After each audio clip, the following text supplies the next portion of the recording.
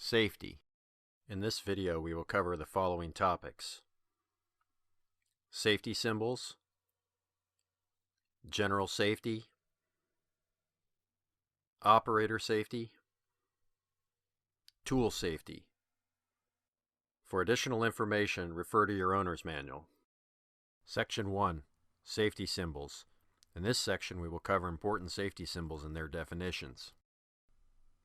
The following symbols and definitions are designed to make you aware of potential hazards and unsafe practices. Warning: a potentially hazardous situation exists which, if not avoided, could result in death or serious injury. Caution: a potentially hazardous situation exists which, if not avoided, may result in minor or moderate injury or property damage. Section 2. General Safety. In this section we will cover 6 key points regarding general safety. Be sure there are no obstructions or unnecessary people present. Set up well-marked safety zone with a roped boundary and clear signs. Provide adequate ventilation when working in an enclosed area. To avoid electrocution, check for live electrical wiring near cutting area. Remove or control slurry to prevent slippery conditions while cutting.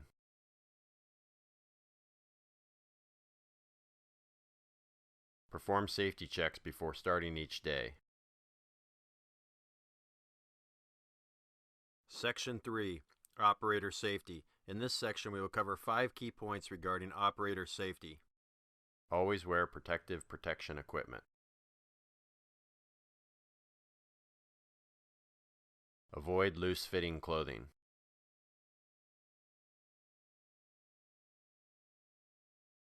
Always operate the tool with solid footing and with both hands on saw. Never use equipment that is not functioning properly. Have the saw repaired by a qualified service professional. Do not use your hands to search for hydraulic leaks. Hydraulic fluid escaping under pressure can penetrate skin. If any hydraulic fluid is injected into the skin, seek medical attention immediately. Section 4. Tool Safety. In this section we will cover 12 key points regarding tool safety. All examples in this section show proper technique and functioning equipment. Diamond chain breakage can result in high-speed ejection of parts, which can result in death or serious personal injury to operators or bystanders. The items listed are critical to minimizing the risk of diamond chain breakage and injury. Do not operate a diamond chainsaw with a damaged, modified, broken, or missing side cover, bottom guard, or guard flap.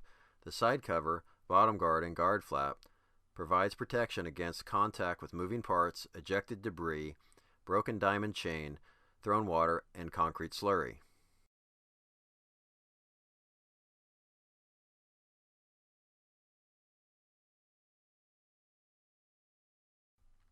Do not operate saw with loose, missing, damaged, or improperly repaired parts.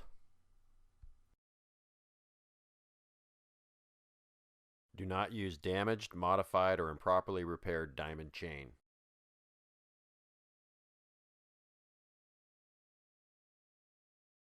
Do not install or run the chain backwards. The bumper should lead the segment into the cut.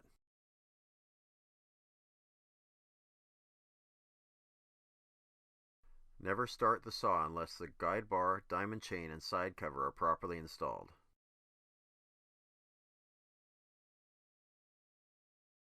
Do not run the saw backwards. The chain should travel away from the operator on the top of the bar and return on the bottom of the bar.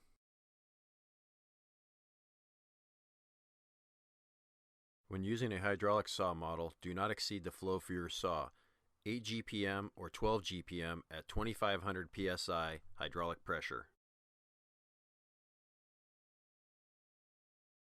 Diamond chains require a minimum water pressure of 20 psi. Insufficient water supply may result in excessive wear to the diamond chain, which can lead to loss of strength and diamond chain breakage. Do not insert the diamond chainsaw into a slot narrower than the chain segments. Rapid pushback might occur.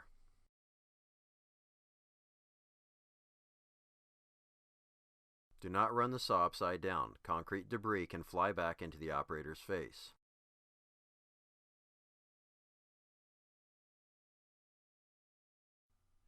Always turn the saw off when performing maintenance on the saw, including diamond chain tensioning.